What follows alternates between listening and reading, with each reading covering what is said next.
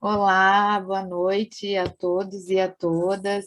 É com muita alegria que estamos aqui mais uma vez numa noite especial no ciclo de debates Descolonizando o Pensamento. Agradeço já de antemão a nossa palestrante, muito esperada por todos, a doutora Yanguinhã Dalzira Maria Aparecida. É um prazer recebê-la aqui nesta noite, a nossa Comissão da Igualdade Racial. Muito obrigada. Também agradeço a presença da doutora Michele Guardati Vieira, que é representando a Escola Superior da Advocacia, doutora Daniela Rosa, presidente da subseção de Capão da Canoa, doutora Patrícia Alves, presidente da subseção de Bagé e secretária-geral da comissão, doutora Carla Meura, conselheira estadual, primeira presidente da Comissão da Igualdade Racial, e a doutora Janaína Cordeiro, que é a idealizadora deste projeto. Então, com muita alegria, recebemos a senhora Dalzira aqui na noite de hoje, para falar um pouco da sua vida, da sua trajetória. Para não me alongar muito, porque nós queremos escutar a palestrante, já passo a palavra para a doutora Michele Guardati Vieira, representante da ESA.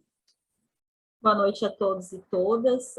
Quero agradecer a todos os integrantes da Comissão da Igualdade Racial, em nome da doutora Janaína, pelo convite para poder participar desse magnífico evento e dizer que é uma honra compor os trabalhos com colegas tão competentes e especiais. Eu conheço a doutora Daniela da Rosa há muito tempo, então é uma satisfação estar junto contigo neste momento. Quero também saudar a doutora Patrícia, a doutora Carla, e dizer que da importância que tem esse evento e dizer do excelente trabalho que a Comissão da Igualdade Racial, a diretoria, com a presidência da doutora Letícia, minha colega de conselho, junto com a doutora Carla, vem realizando. É uma satisfação poder estar aqui e quero que vocês saibam que podem contar com a ESA sempre na promoção de eventos onde possamos aperfeiçoar nossos conhecimentos. Quero fazer uma saudação especial, também não me alongando, à palestrante, a doutora Dalzira, dizer que é uma honra estar contigo neste momento e que és uma inspiração de força, de coragem e dedicação. Então, seja bem-vindo, que todos possam, e eu tenho certeza que irão aproveitar e aprender muito. Muito obrigada.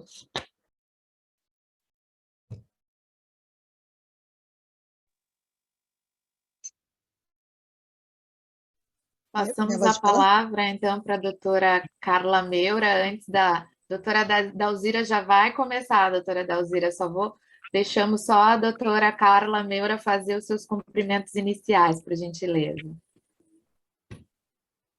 Boa noite a todas as pessoas que estão nos assistindo, passando aqui para deixar registrado a minha gratidão, o meu abraço e a alegria de estar nessa roda de conversas tão potente, com mulheres tão fortes, tão competentes, sob a liderança da nossa presidenta, a doutora Letícia Padilha, em nome de quem eu saúdo toda a mesa que está aqui presente, nossas conselheiras, diretoras, presidentas de comissões de igualdade racial, e especialmente a nossa Iagunã Dalzira. É isso, sua bênção, Iá. Desejo que seja uma noite de muitas inspirações, que a senhora compartilhe com toda a sua generosidade a experiência, os conhecimentos, que a tradição, que a ciência, que a academia, que todas as instituições, todos os caminhos que a senhora abriu para nós estarmos aqui hoje nessa roda, não por acaso que tem 8 mulheres, que a gente possa aprender, absorver os seus saberes compartilhados, as suas inspirações. Gratidão por estar com vocês, mulheres, advogadas, colegas, amigas, parceiras de caminhadas, irmãs de luta, nesse mês tão especial para nós, que é um mês de reflexão, resistência, nosso Novembro Negro na OAB Rio Grande do Sul. Um forte abraço e excelente trabalhos para nós.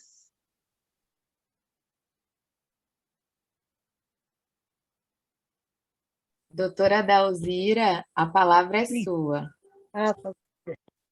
Então, boa noite. Gostaria de agradecer imensamente o convite e pedir desculpa ao mesmo tempo por eu estar atarefada nessa correria para todo lado aqui, mas eu falei, vou cumprir o que eu havia prometido com a doutora Janaína. Eu fiquei aguardando e havia muitas respostas para vir, para confirmar, e muitas delas não confirmaram, outras confirmaram e a coisa embolou também no mesmo dia. Eu ia viajar, na verdade, o plano que eu tinha de viajar seria amanhã de manhã, por isso para mim seria tranquilo. Aí a passagem foi comprada para hoje, às 10 da noite, e por isso, mas estamos aqui. A nossa luta é assim mesmo, né? Inventar, reinventar e recriar todos os dias para a gente conseguir sobreviver.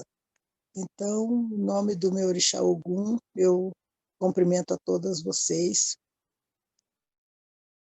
pedindo a ele que hoje é o seu dia, nos dê iluminação para que nós tenhamos um bate-papo, uma roda de conversa saudável e alegre ao mesmo tempo. Né? Falar da experiência de vida é interessante. Eu comecei a minha tese falando fazendo uma narrativa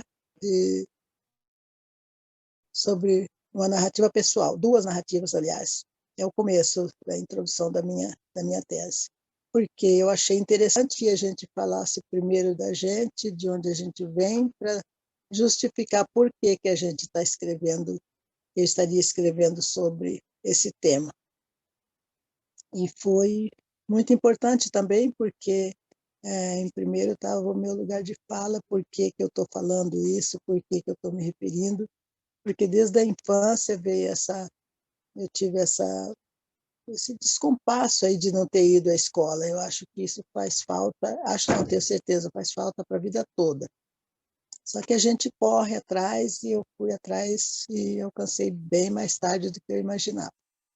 Mas também é uma justificativa para que a gente lute, acredite, né, no potencial da gente, que todo mundo tem. Eu acredito que todo mundo tem, todas as mulheres que não puderam estudar, da minha geração, não tem nenhuma formada, né, minhas avó, bisavó, mas tem um outro conhecimento, um saber que é invejável também.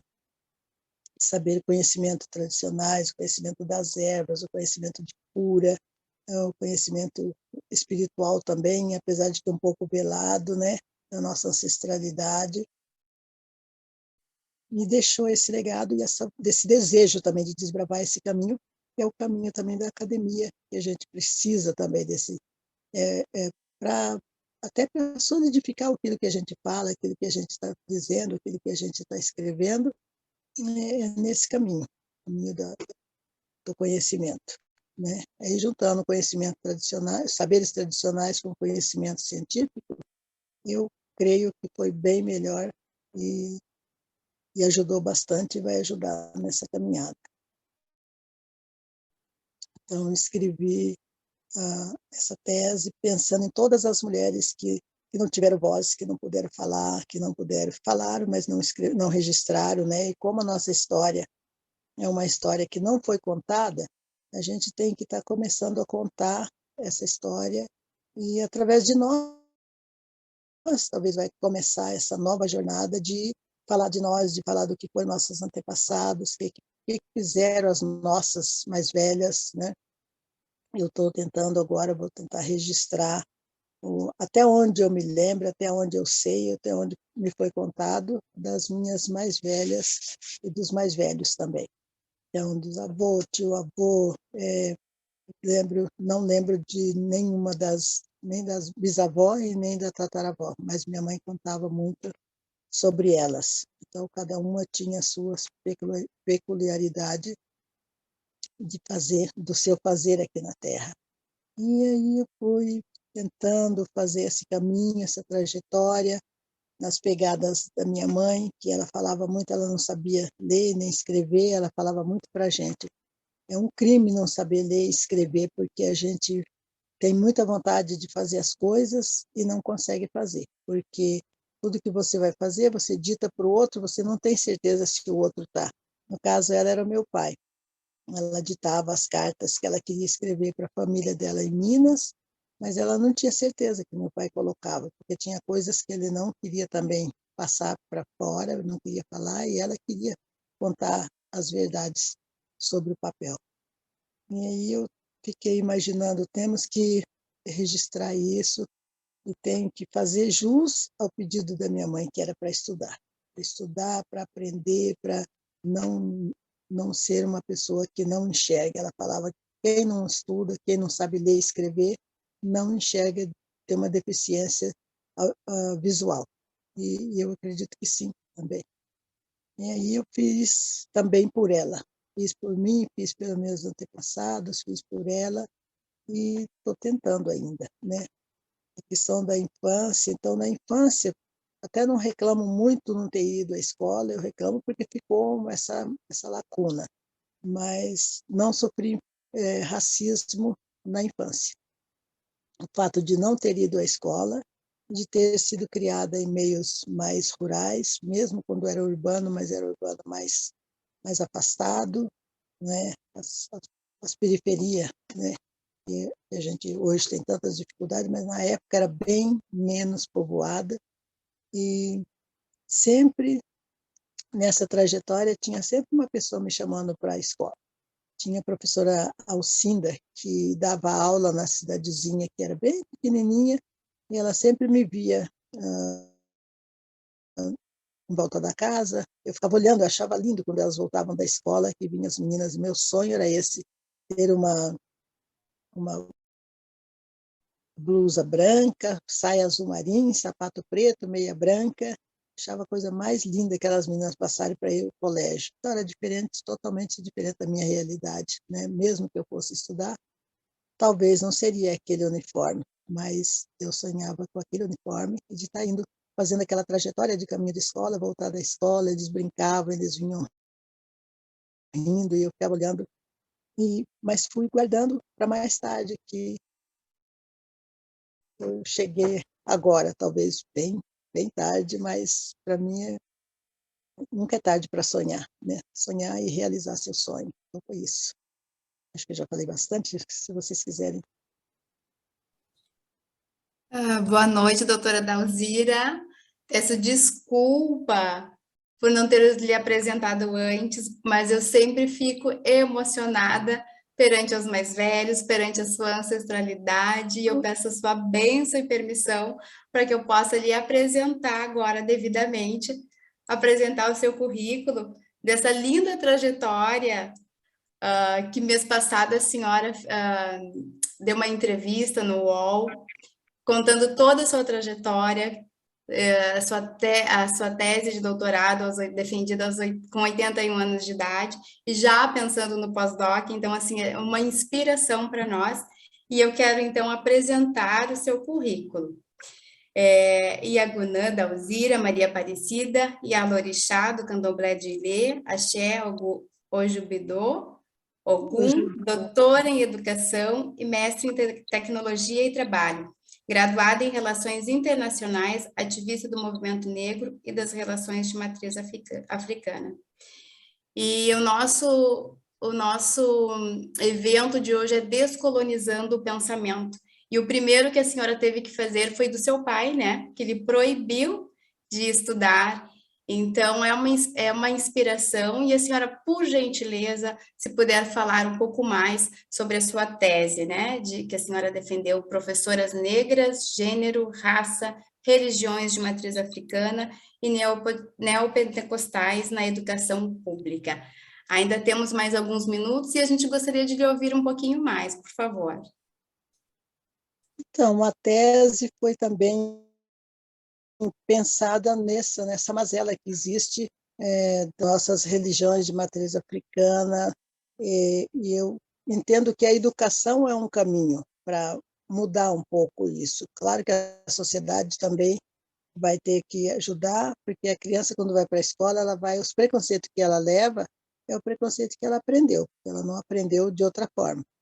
E aí ela reproduz esse preconceito, eu não chamo de preconceito, eu chamo de racismo mesmo. Antes a gente falava preconceito, que preconceito é pré-concebido, né? E não é, na verdade é um racismo mesmo, que essa criança aprendeu e que vai repassar, na verdade, na escola, porque eu percebo isso. Então, agora, ultimamente, dos anos 70 até os dias atuais, mudaram muito, né? Mudaram muito porque o discurso do Estado, que até então era um Estado laico, passou a ser um Estado religioso. Então, eu chamo de um laico cristão, porque houve uma mescla da política, religião e não só essa mescla, um incentivo mesmo à violência à religião de matriz africana. Eu acredito que esse incentivo, essa violência toda é por conta da origem da religião. Então, é uma religião de matriz africana, trazida pelos nossos antepassados, que vieram, que preservaram, e dizer que é uma ingenuidade, que é por desconhecimento, eu não acredito mais que seja, porque tem tanto material escrito, tem tantas coisas, nós estamos falando, debatendo isso há quantos anos, e a coisa não muda. Então, eu acredito que seja um dos viés, um dos caminhos, seria através da educação. Por isso, eu resolvi escrever sobre a educação, para falar um pouco da Lei 10.639, que ela não está sendo cumprida, apesar de ser uma lei, mas ela ainda está só no papel. Algumas professoras, alguns professores, alguma escola que está trabalhando. Mas, na medida em que entrou também a Lei 10.639, entrou também a obrigatoriedade do ensino religioso nas escolas. Então, quem está ensinando, está lecionando, que leciona o ensino religioso, entende que está ensinando a Lei 10.639, não está. Né? E outra coisa também é a mudança dos currículos, né? Do currículo escolar, que melhoraria bastante a visão e também auxiliaria também no contar essa história, no fazer um novo caminho para que a gente vai desbravar um pouco mais.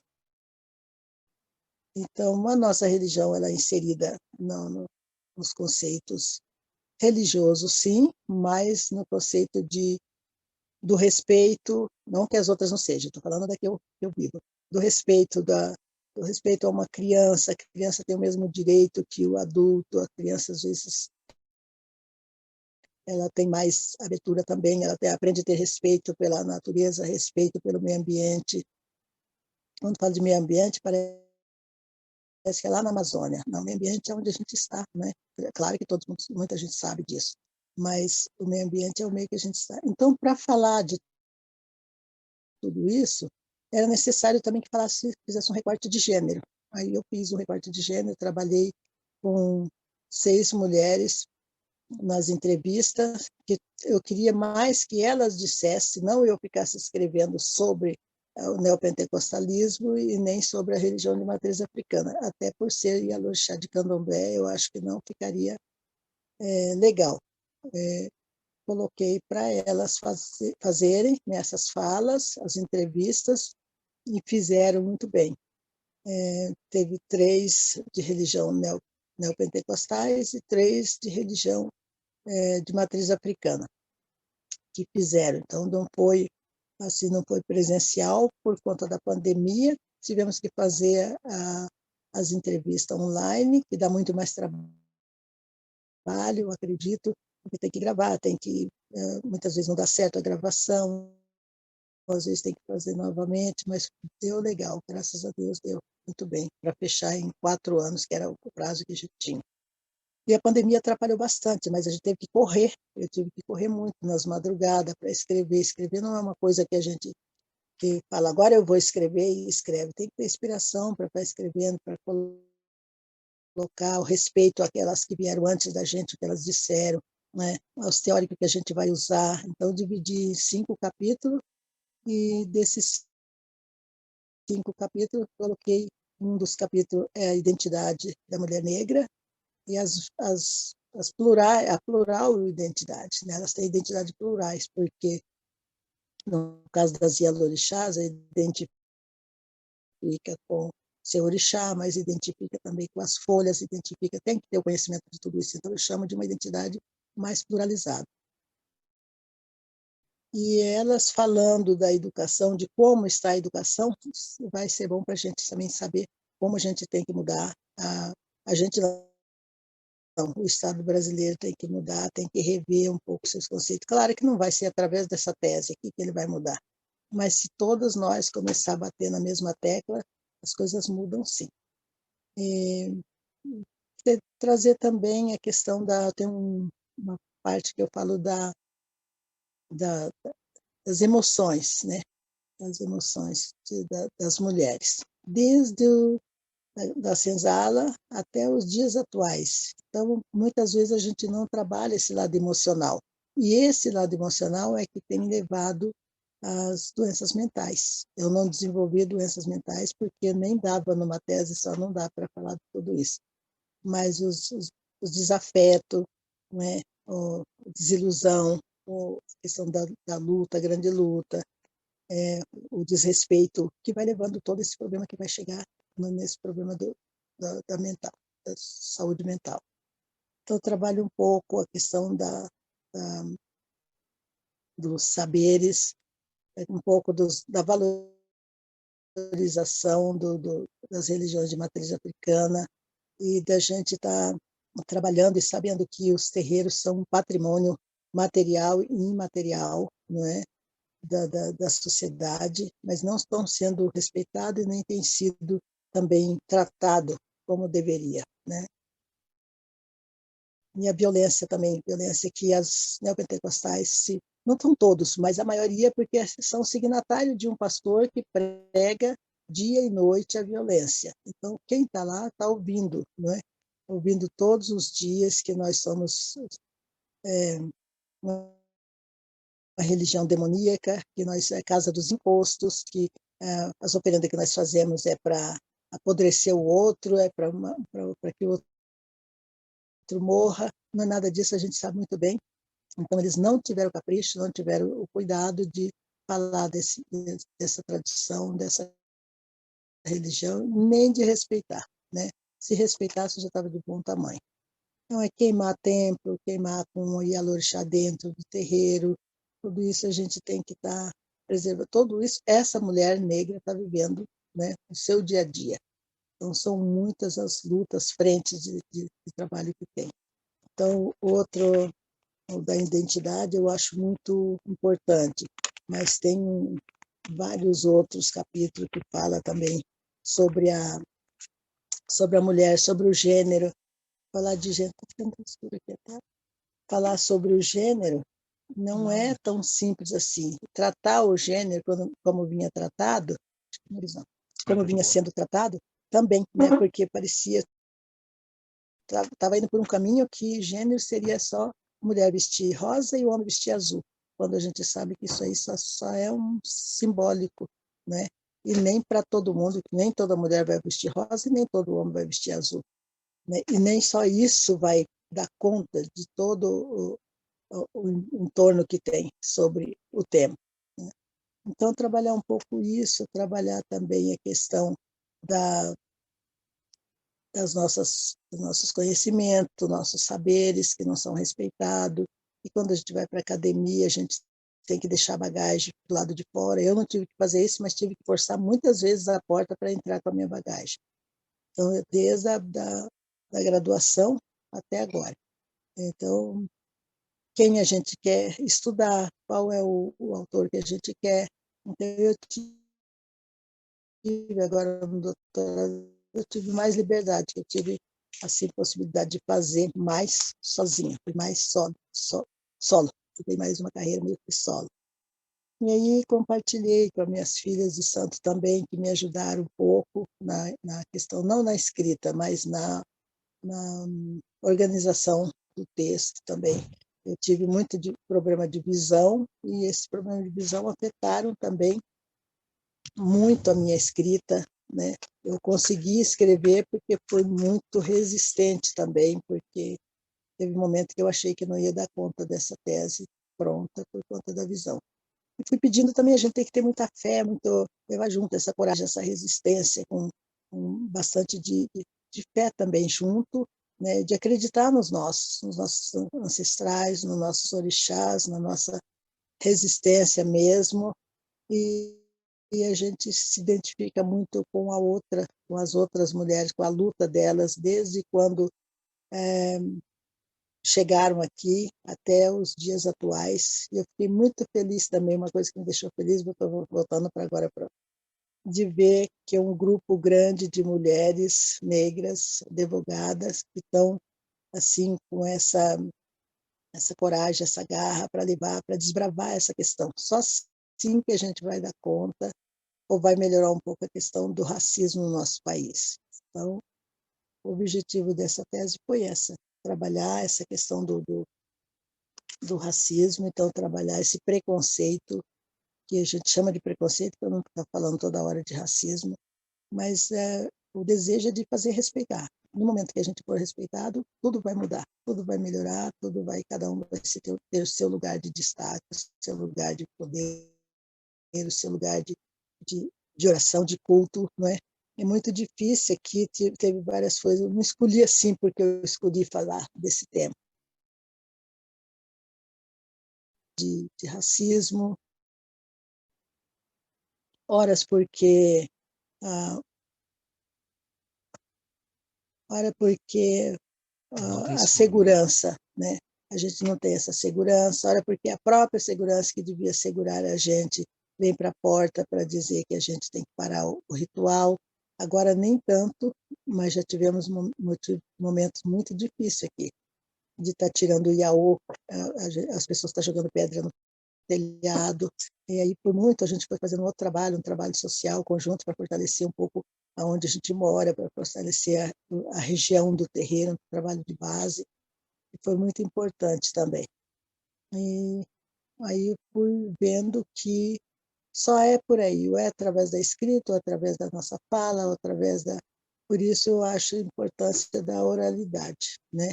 Que veio trazendo até os dias atuais. Eles falam que o negro é de cultura oral. Não é bem verdade, porque muitos negros que chegaram aqui eram letrados, e bem letrados, né? E perderam também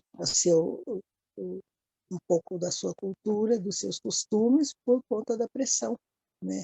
Havia muita pressão, muita questão da religião mesmo, de a polícia chegar, levar todos os instrumentos, levar tabaco, levar os agogôs, levar tudo que tinha no terreiro. Tem instrumento que a gente nem conhece mais, porque eram tocados naquela época, em que a gente não tem mais o conhecimento deles. Então, o macumba mesmo, né? Eles chamam de macumba, macumbeiro. Macumba era um instrumento que se tocava também e que também pouca gente conhece ou sabe que instrumento é, então chama a gente de macumbeiro. Macumbeiro seria o cara que tocasse, o rapaz, a pessoa que tocava o atabaque, ou a macumba. Então era o macumbeiro. E por isso eles chamam a gente de coisas que eles não têm conhecimento, que não pesquisaram, não sabem. E a gente vai ter que ir desbravando aos pouquinhos. Nesse trabalho eu fiz mais sobre gênero, mas a gente vai tendo que falar. Mas não deixei de falar também do gênero masculino, porque não tem como levar todos nós, a direita, a esquerda, masculino, feminino, então não tem como dizer, até porque a gente fala do machismo, né? Para falar do machismo, tem que estar falando do outro lado também. Está trabalhando isso. Falei pouco sobre o machismo, mas porque os capítulos que eu resolvi de trabalhar seria mais o primeiro seria sobre professoras negras, gênero e raça e religião. O segundo seria política para mulheres negras. Terceiro, racismo e mulheres negras. Quarto, mulheres negras, espaço e emoção, que é isso que eu estava dizendo.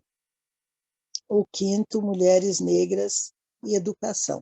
Então, parece que são bem poucos, mas esses 5 capítulos deu para a gente fazer muita coisa e ficou faltando ainda muita coisa que a gente gostaria de falar e que não caberia exatamente nessa tese. Aí todo mundo pergunta, vai fazer um pós-doc? Falei, não sei. Isso é puro que vai dizer. No momento eu estou dizendo que não, né?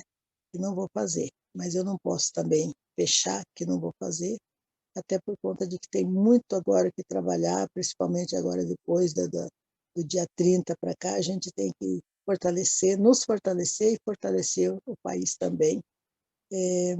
Até porque, se a gente for olhar nas eleições, a gente vai vendo que nas eleições também a política de cota foi muito importante e é muito importante, mas as cotas para a política do negro tem uma série de pessoas que se passaram por negro para embarcar nas cotas, e entraram e fizeram e foram eleitos. Né? Eu acho que isso deveria ser revisto também, porque deixou de ser eleito muitos dos nossos por conta disso. Então, não estou trabalhando nessa tese, mas também são temas que a gente tem que debater também, e é necessário. Né? Muito obrigada, doutora Alzira. Que inspiração lhe ouvir. E a senhora, muito precisa, né, nos trouxe, não tem como não nos inspirar, 6 a 7 advogadas negras, porque a senhora foi diretamente no cerne, né, tratando de gênero, raça e religiões africanas.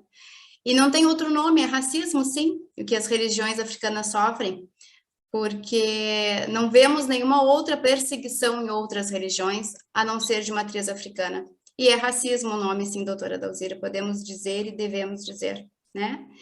Vou passar, então, a palavra agora para a nossa colega, a doutora Patrícia Alves, e depois volto com a senhora para as suas considerações finais. Doutora Patrícia, advogada, especialista em direitos humanos, coordenadora da Comissão de Igualdade Racial, subseção Bagé, conselheira da subseção Bagé, secretária-geral da Comissão Racial da OAB Rio Grande do Sul. Doutora Patrícia. Uma boa noite a todos, todas as pessoas. Estão me ouvindo bem? Boa noite a todas as pessoas que nos acompanham. Boa noite a minhas colegas da mesa. É um prazer estar aqui. E uma boa noite especial e uma bênção, a sua bênção, doutora Dalzira. Sua bênção enquanto nossa ancestral, enquanto uma mulher negra de mais idade, e sua bênção enquanto mulher religiosa. Eu tenho certeza, muito obrigada, eu tenho certeza que as pessoas que nos estão nos acompanhando, e principalmente as mulheres que estão aqui conosco, estão encantadas, assim como eu estou, emocionada com a sua história, e talvez nem a senhora tivesse, né, a ideia, né, alguns anos mais atrás, o quão longe a senhora iria, né, e o quanto isso representa, não é, doutora? Porque não é, a senhora chegou e não chegou sozinha, porque a sua história inspira quantas mulheres negras hoje eu olho e acreditam que pode assim chegar, não é? Nós, um pouco mais jovens, sabemos que tem pessoas que inspiram, meninas, jovens, né, que elas estão lá, eu também posso estar.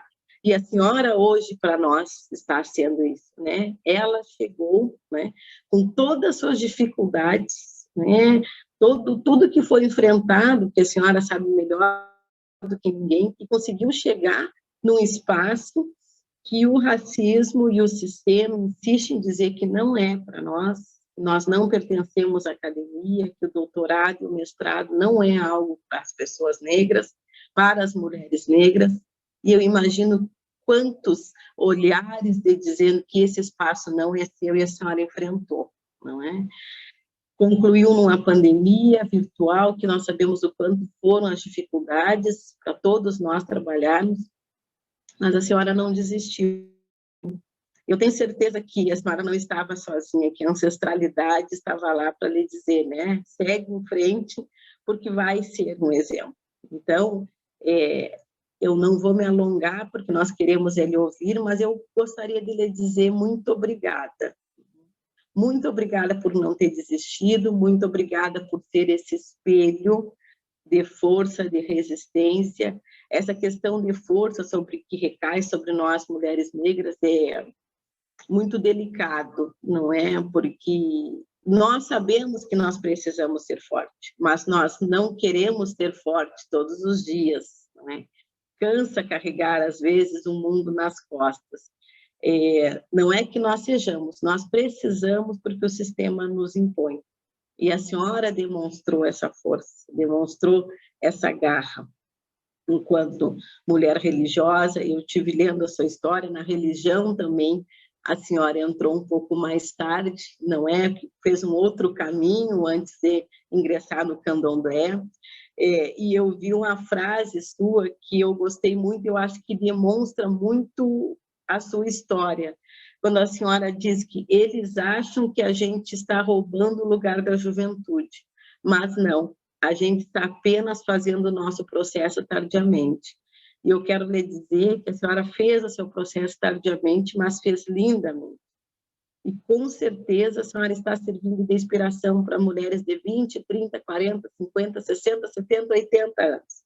Porque a senhora está nos dizendo, está dizendo para elas, eu posso, eu consegui, nós conseguiremos também. Então, meu muito obrigada, né? Vamos passar a palavra para a senhora. Eu gostaria que a senhora falasse também um pouco da Dalzira enquanto religiosa, né? Nós já vimos a potência que é a doutora Dalzira. Agora, nos conte um pouco de como a senhora foi para a religião, se for possível, porque nós sabemos que a senhora tem compromisso, mas lhe agradecer a sua presença aqui, mas principalmente agradecer pelo que a senhora está representando hoje para nós, mulheres negras. Meu muito obrigada, em nome de todas as mulheres. Obrigada por não ter desistido, doutora. Obrigada. Então, a questão da religião também, assim que eu entrei para a religião, claro, eu fui para a religião, assim, dizendo, porque claro que a gente sempre teve inserida, só que a gente não sabia, né? Era o sonho, as vivências, todas essas coisas que as mães, minha mãe pelo menos dizia para mim, é porque você jantou tarde e foi dormir, eu sabia que não era. Quando eu via as coisas, eu dizia para ela, mãe, eu vi isso. Não, você não viu, é porque você sonhou, eu sabia que eu estava acordada. Então, ela foi muito carinhosa também nessa parte de me acompanhar, de saber do que eu estava passando, mas nunca disse nada não contava muitas coisas da história dos seus antepassados. Ela só falava da avó, né, que a avó dela foi uma pessoa severa, mas que a avó dela era a mulher que coletava as ervas para o farmacêutico da cidade, e ela sabia o horário de colher, a hora de secar, como secava essas ervas, e passou para ela passou para mim também, né, um pouco. Claro que cada vez vai diminuindo um pouco mais, então eu já peguei parte menor, eu acho, desse aprendizado, desse conhecimento. E aí eu fui para o candomblé mais chamada assim por uma insônia que eu tive, uma insônia de 17 dias e noite. Eu não dormia, de tarde assim eu pensava, agora hoje eu vou dormir que eu estou quebrada, né? Aí deitava e o sono não vinha e ficava indo a noite inteira, carro que buzina, todos os barulhos que a noite também tem pelo silêncio. Aí eu fui procurar, né, alguém que me ajudasse para dormir, não pensava em entrar para a religião. E a pessoa que me atendeu foi muito generosa também, porque disse para mim, você vai precisar iniciar. Mas eu falei, mas eu não quero. Mas você não é querer, questão de querer, você vai ter que iniciar porque você não vai aguentar. Então, eu vou te ajudar nesse momento, mas eu não sei até quando que vai durar, que você vai dormir. Mas essa noite você vai dormir. E ele colocou uma água na minha cabeça, que hoje eu sei que era uma macia, e disse para mim, hoje você vai dormir. Aí eu vim para casa, pensei, só isso, não é? E naquela noite eu dormi, realmente, dormi a noite toda. Aí tive uma credibilidade também, porque o que eu mais queria naquele momento era dormir, e eu consegui. Consegui não, ele conseguiu também fazer com que apaziguasse a minha inquietação também, com tudo que a gente vem sofrendo, com toda essa carga, com toda essa coisa, e a parte da ancestralidade.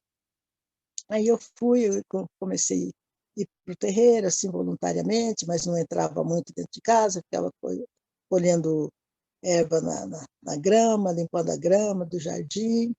Depois eu fui apaixonando também, e aí fui voluntariamente, porque eu quis ir, e não me arrependo até hoje. Não é fácil, logo depois que eu iniciei, começaram aquela questão, acho que o mundo todo, 54 países ficaram sabendo da questão das bruxas de Guaratuba, que a gente sabe hoje que essas mulheres foram realmente vítimas de bruxaria, como foi no passado, não é?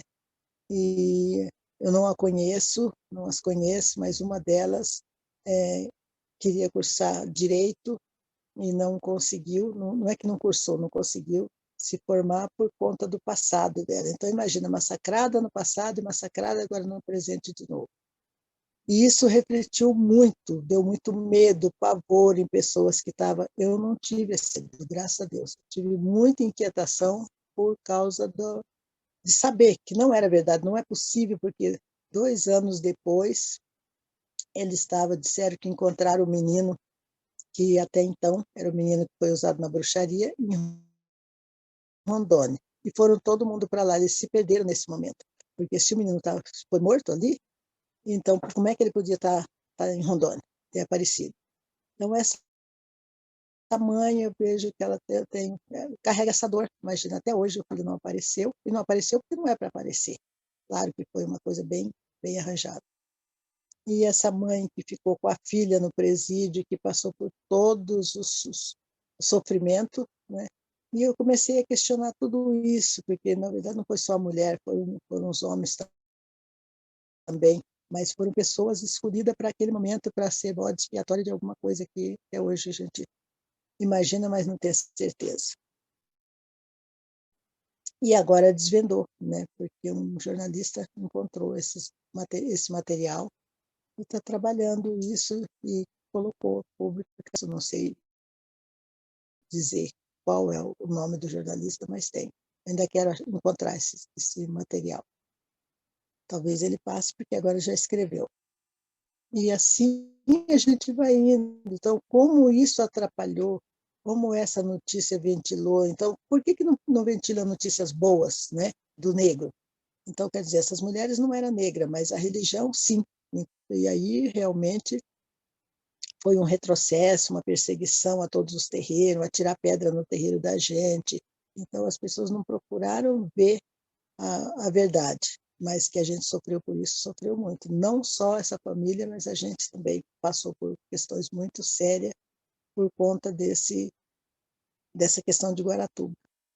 E isso me fez pensar muito, repensar e estar escrevendo, não é só por causa dos neopentecostais apenas, porque essas pessoas fazem com que vai contando uma história várias vezes, uma história mentirosa, que ela acaba virando verdade. Para essas pessoas virou verdade. Então, o que eu gostaria hoje é, sim, na questão do racismo, vou deixar a mensagem disso, questão do racismo, que quando acontece o racismo, as questões raciais, as pessoas não fossem punidas por injúria, fossem punidas por racismo mesmo. É o racismo institucional, estrutural, que nos maltrata tanto. Então, que fosse punida pelo racismo, não disfarçado de injúria racial, porque eu acho que alivia um pouco. Claro que hoje ela tem mais força, a injúria racial também, mas não é como o racismo. O racismo é crime inafiançável, então por isso que se esconde atrás da injúria, né? Então, nós, mulheres negras, a gente tem que levar várias bandeiras, e a gente tem mais essa ainda para a gente, não só de mulheres, porque a questão do genocídio, a questão do feminicídio, a questão tudo são bandeiras que, na verdade, esse homem que está cometendo o feminicídio hoje é o mesmo homem de ontem, ele só estava escondido, oculto, e agora ele criou coragem, com toda essa pregação, com toda essa questão da desvalorização da mulher, como sempre foi, ele criou coragem. Então, agora ele não bate mais, ele não marca ela, ele mata mesmo, né? Então, a gente tem que trabalhar também essa questão não somos nós, o Estado. Eu acho que o Estado brasileiro tem que ver essa questão, porque é o país mais violento contra a mulher que nós temos, é o Brasil. Então, isso tem um peso enorme, né, para todos nós, para toda a sociedade. E vim falar de religião, pedir para falar, eu comecei a falar de todo mundo. Então, mas isso reflete na religião, reflete na vida, reflete em tudo, né? No sentimento, no amor, no desafeto, não é? Então a gente tem muito que trabalhar, né? Não só um tema, são várias temáticas, várias frentes, né? Vocês mais que eu sabem, porque está inserida dentro da lei, na questão da legislação, de trabalhar essa legislação, de fazer jus a tudo isso, e é muito difícil também, às vezes é muito difícil, eu entendo. Então, isso, acho que seria isso, né? Até por conta do tempo, daqui a pouco já vou ter que viajar, outra batalha, né? Vou para Foz do Iguaçu também, vou falar sobre conhecimentos tradicionais, né? E que também é outra questão, né? Se fosse trabalhado, se fosse valorizado esses conhecimentos tradicionais, a gente não precisava tanta briga para entrar e para enfrentar a universidade, para desbravar muitos temas, porque trabalharia em conjunto, né? Os conhecimentos tradicionais ajudaria o científico ajudaria os tradicionais, mas é difícil para inserir, até por isso tem essa divisória, né? Os tradicionais e os científicos. E o científico bebe na fonte dos tradicionais, sem dúvida, né? Para se tornar científico, na questão das ervas, na questão da cura, na questão dos conhecimentos, dos saberes dos mais velhos, e isso está favorecendo muito, mas também não está tendo pouco retorno, né? Exatamente, doutora Dalzira. E muito obrigada por estar conosco nesse momento, e estarmos nós, mulheres pretas aquilombadas, para nos fortalecer, né? Porque todos os dias tentam nos matar de todas as formas. E a gente nos ouvindo, nos fortalecemos e criamos forças para seguir. Então, vou passar a palavra para a nossa querida doutora Janaína Cordeiro, para encerrar os trabalhos de hoje. Doutora Janaína. Boa noite. Boa noite a todas, a todos. Gostaria de saudar a todos que estão conosco e principalmente, especialmente a essa belíssima mesa e a nossa maravilhosa palestrante, doutora Dalzira. Eu gostaria muito de lhe agradecer por ter aceito o convite, por estar aqui conosco hoje, e isso representa muito para nós. Eu acho que nada é por acaso, né? E especialmente nessa Semana da Consciência Negra. Então, lhe ouvir foi, assim, algo maravilhoso, foi um bálsamo. Eu acho que era isso que nós precisávamos. E devido aos problemas que nós tivemos inicialmente, eu até vou convocar aqui a nossa presidenta, a doutora Letícia, para quem sabe lhe trazer no encontro presencial, porque eu acho que faltou mais, a gente ficou com um gostinho de quero mais. Então, que a senhora possa vir até o Rio Grande do Sul, falar presencialmente conosco. A gente pode tratar isso ainda, né, nos bastidores. Vai ser uma honra lhe ouvir, estar com a senhora. E gostaria só de dizer também, para não me alongar, que eu sei que a senhora tem um compromisso, que a sua história, a sua trajetória é uma trajetória de superação, que realmente nos emociona. Eu tive que diversas vezes desligar o vídeo, porque realmente é muito inspirador, nos toca enquanto mulher preta, a gente sabe de todas essas dificuldades, a gente mata um leão por dia, então, através da sua trajetória a gente vê que é possível, que é difícil, sim, é muito difícil, mas que é possível e nos dá esperança. Então, muito obrigada, por tudo que a senhora representa para nós. Obrigada por compartilhar um pouquinho da sua trajetória, um pouquinho da sua experiência de vida, e dizer que hoje nós todas ganhamos muito, nós todos ganhamos muito. Tem que agradecer, imagina, eu que agradeço muito, a gente está podendo compartilhar, a gente está conseguindo trocar, eu acho que é uma troca, né? A gente está trocando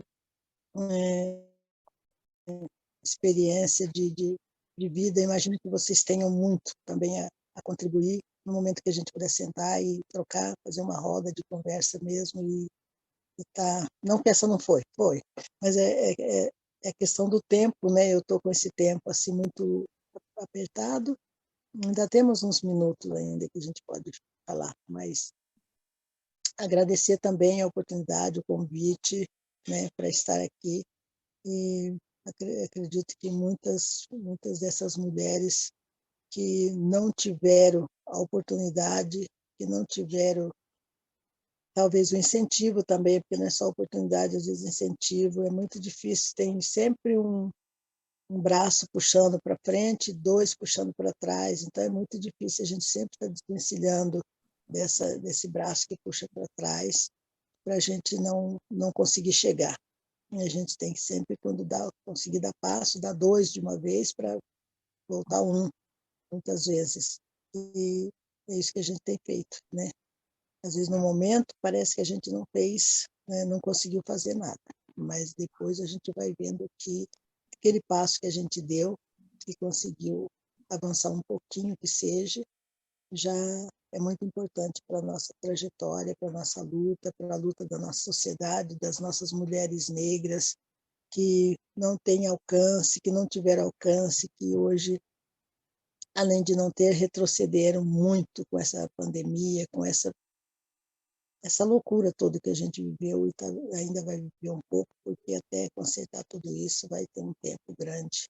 E acredito encorajando elas para que se esforce mais do que já esforçaram, né, para ocupar esse lugar que é delas. Nós temos as cotas raciais para negro e negra estudar. O difícil é entrar nessa universidade.